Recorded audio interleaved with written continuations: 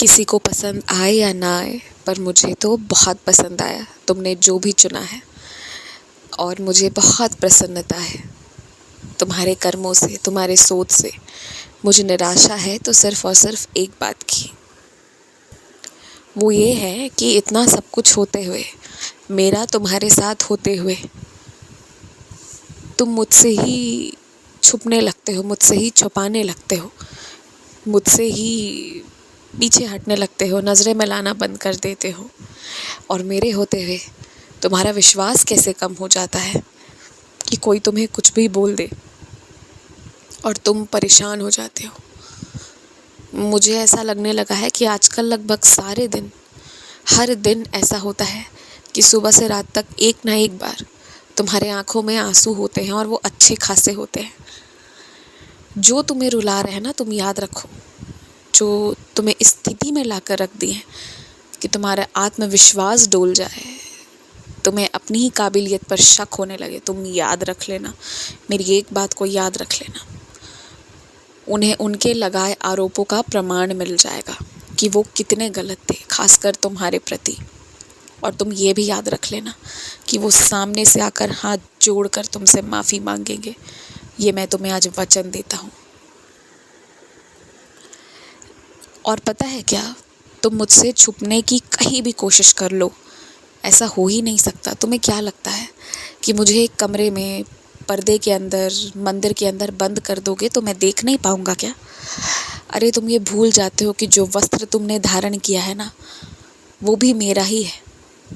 जिस मेज पर, जिस बिस्तर पर, जिन चीज़ों पर उठते बैठते रहते हो ना, वो सब भी मेरा है।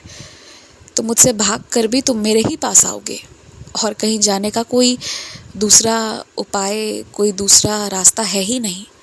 तो मुझसे भागो मत, जो करना है मेरे सामने करो। कम से कम ये तो रहेगा ना कि उस कार्य में कोई भी गलती हो रही होगी जो तुम्हें किसी भी तरीके से हानि पहुंचाए, तो वो मैं नहीं होने दूंगा। तुम्हें नहीं पता, पर तुम्हारे नाम की बहुत पूजा हुई है, बहुत पूजा हुई है, दोनों तरीके के लिए हुई है। कुछ लोग बुराई चाहते थे इसलिए कहा मुझसे, और कुछ लोग अच्छाई चाहते थे इसलिए ज़िद की मुझसे। पर मुझे पता है ना कि मुझे तुम्हें क्या देना है।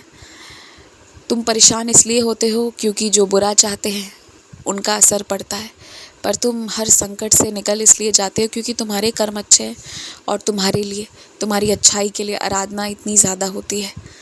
मैं तुम्हें डराना नहीं चाहता, और डरा भी नहीं रहा। मैं तो तुम्हें बस ये बता रहा हूँ कि चाहने वाले कुछ भी चाह जाए ना, तुम्हें कुछ भी नुकसान नहीं कर पाए। अगर आज थोड़ी सी मंदी चल रही है ना, तो वो बस इसलिए क्योंकि बाहर का वातावरण इस वक्त वैसा है। आने वाले 4-5 दिनों में सब कुछ ठीक हो जाएगा। थोड़ा धैर्य रखो और अपने काम में कमी मत करो। जितना मेहनत कर रहे थे उससे ज़्यादा मेहनत करो, या उतना करो। पर अगर किसी दिन कमाई कम हो तो इसका मतलब ये नहीं है कि दिल छोटा कर लेना है और मेहनत ही नहीं करना, या उस रास्ते को ही छोड़ देना है। याद रखो, तुम अपने बदौलत वहाँ तक पहुँचे हो। मेरा आशीर्वाद तो सारे बच्चों पर रहता है, पर पहुँच तो वही पाता है ना जो मेहनत करता है, जो कर्म करता है, जो विश्वास रखता है। तो तुमने वो सब दिया है उसके लिए, तो उसे छोड़ने का मत सोचो। अभी तुम्हें कुछ चीज़ों को बहुत आगे ले जाना है, बहुत आगे, और बहुत कुछ हासिल करना है।